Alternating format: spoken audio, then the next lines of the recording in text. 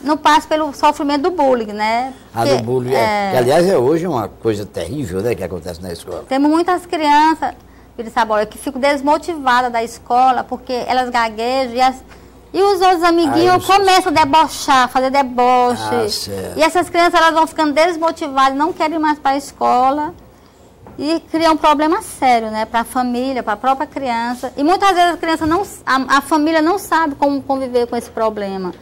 É muito comum, por exemplo, às vezes a gente encontrar um pai que diz, não sei o que faço com meu filho, que é uma preguiça terrível de ir para a escola. Será que é preguiça? Será que não é um problema desse? Às vezes é desmotivado. Às vezes, o pai tem que saber o que está acontecendo com essa criança. Certo. Porque alguma coisa está acontecendo na escola. Uma criança, quando ele gosta, muitas vezes a criança gosta de ir para a escola estudar, de repente, ele não quer ir mais para a escola, ele chora para ir, ele fica desmotivado.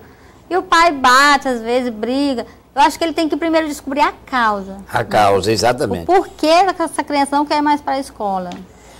Doutora, e o caso de pessoas adultas que são gagas, e elas são gagas numa situação e não são adultas? Por exemplo, o cantor gago. Nós temos o grande exemplo nacional do Nelson Gonçalves, né? Ele falando, era um sofrimento, até a gente ouvir Nelson Gonçalves numa entrevista. Às vezes ele precisava se concentrar para começar a falar e falar devagar. Cantando não tinha problema. E atores mesmo, de palco, atores do teatro, em telenovelas, etc., que na vida real eles são gagos e lá no palco eles não são. Por que esse milagre? Porque isso é um milagre?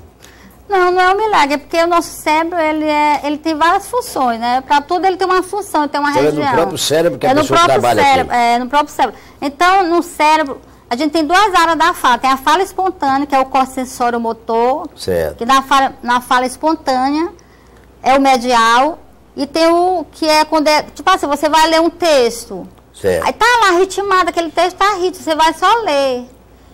Então, é o corte sensório-motor lateral, que já é no cerebelo. Então, são duas áreas distintas, totalmente diferentes. Então, quando eu falo espontaneamente, eu estou acionando essa área do corte medial, certo? Então, essa área que está com problema. Tem algumas pesquisas que falam que essa área, no momento que eu estou falando que eu sou uma pessoa que gaguejo, essa área, ele começa, a dopamina dele vem em muita quantidade, certo? Existem várias pesquisas. Essa é uma das pesquisas, existem várias vertentes, né, dos pesquisadores. Então, é como se o motor dele tivesse comprometido, porque fala é um ato motor, certo? Para mim falar, eu preciso de mexer com várias coisas na região aqui da laringe. Então essa parte está comprometida, aí ele começa com repetições, prolongamento, bloqueios, cada um, né, tem a sua função. Tem a sua função. E dentro daquela função ele vai, aí às vezes compromete outra função também na frente. Com certeza. Então se o meu corte motor lateral está comprometido, eu também vou ler, porque existe gago também que não consegue ler, eles gaguejam. É porque os dois cortes, tanto lateral como medial, estão comprometidos. Certo. Então, mas geralmente o gago só está comprometido o medial. Então, quando ele começa a falar, é como se tivesse algum bloqueio que impeça. Então é tipo assim, aquele movimento que ele deveria fazer, movimento coordenados, eles estão totalmente descoordenados no cérebro. Um exemplo assim, andar, eu preciso ter coordenação para andar, né? Exato. Um exemplo um pouco fora do texto, mas só para as pessoas entenderem melhor. Então, se meu cerebelo, se a área que eu preciso andar está comprometido para me ter um equilíbrio, então eu não vou conseguir ter um equilíbrio bom, porque aquela área está comprometida. É como a fala. Então, quando eu falo que eu gaguejo, a área do cérebro, da área medial do cérebro, do corte motor, está comprometida. Sim, doutor. Agora, esse comprometimento, ele tem remédio? Trata? Pode curar uma gagueira? Não existe medicação. Inclusive, foi testado alguns anos atrás o Pagoclon nos Estados Unidos, que é onde é a maior espécie de gagueira, mas não deu certo, os resultados não foram bons. Não tem cura, gagueira não tem cura, mas tem tratamento. Existem pessoas que fazem, existem pessoas que vai lá, faz o tratamento, fica fluente, mas tem que ser dedicado. Aí ele tem que ficar se exercitando o resto da vida. Não, ele faz um tratamento em média um ano e 6 meses, é um pouco demorado. Então ele fica fluente, talvez alguma oportunidade da vida dele que ele esteja um momento de muito estresse, ele pode voltar a gaguejar. Mas geralmente pessoas que fazem tratamento, eles são fluentes. Agora é um tratamento sério, a pessoa precisa ser determinada a fazer, porque ele faz tanto exercício na clínica como em casa. Tem que ficar exercitando A própria voz o tempo todo. É a própria voz, é a própria fala, né? Tem que trabalhar, fazer um treinamento articulatório que envolve várias técnicas. A gente tem que ver qual é, tipo assim, porque cada pessoa gaga, ele tem uma região da face que ele provoca uma maior tensão. Certo. Então você tem que tentar relaxar aquela área e tipo assim, várias técnicas, porque cada um é único, todo ser humano é único, né? Cada um caso é diferente, não tem dois casos iguais, identicamente, totalmente iguais, né? Não existe. Agora a senhora falou aí na questão estresse. A pessoa zangada, com raiva ou tensa, ela tende a gaguejar mais ou assustada. Qual é a situação que a pessoa geralmente é mais gaga? O problema maior da pessoa que gagueja, Pedro Sabão, é o seguinte, é porque as pessoas, elas têm a gagueira de sofrimento. Elas sofrem muito antes. Se elas vão falar com alguém, elas estão aqui, elas querem uma informação. Chega no restaurante, um exemplo mais concreto. Certo. Elas ficam com aquele cardápio várias horas. Então elas começam a ensaiar o que vai falar para o garçom. Certo. Então isso começa a absorver sofrimento e emocional. Ele começa a ficar tenso. Será que ele vai me entender? Aí começa aquela... E se ele está com a namorada, então, um exemplo, é bem pior. E quando ele vai falar para o garçom, aí ele gagueja muito mais pela gagueira de antecipação. Porque ele está tão tenso no momento daquilo. Nesse caso aí, o psíquico tem alguma coisa a ver com isso também? O psíquico, ele é contribuinte. Ele não é o fator determinante da gagueira. Não. Certo. Ele contribui se a pessoa está estressante, se a pessoa está altamente no nível de estresse elevado, ela vai gaguejar muito mais. Certo. Se ela está mais estressada, ela gagueja mais. Eu conheço casos de pessoas que assustadas, por exemplo, se você fizer um susto, ele não consegue falar. Tem pessoas que nem gaguejam, que levam um susto, de repente elas ficam afônicas, né? Exato. Ou então começam a gaguejar. Todos nós, no momento da nossa vida, a gente gagueja, todos nós. Só que é uma gagueja passageira, né? Certo. Passou aquele momento do estresse, volta a fala fluente. Doutora, a audiofonologia... agora já não entendi mais. Fonoaudiologia.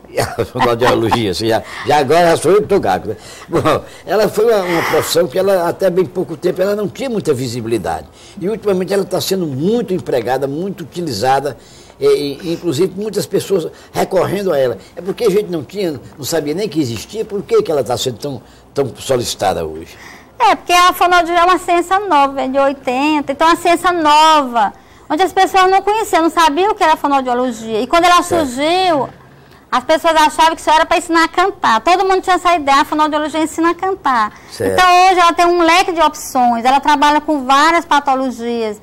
Inclusive as pessoas que têm AVC, né, acidente vascular encefálico, chama derrame cerebral. Exato. A fonoaudiologia é muito procurada. Às vezes essa pessoa fica sem falar, né, tem afasia, essa pessoa fica com sonda.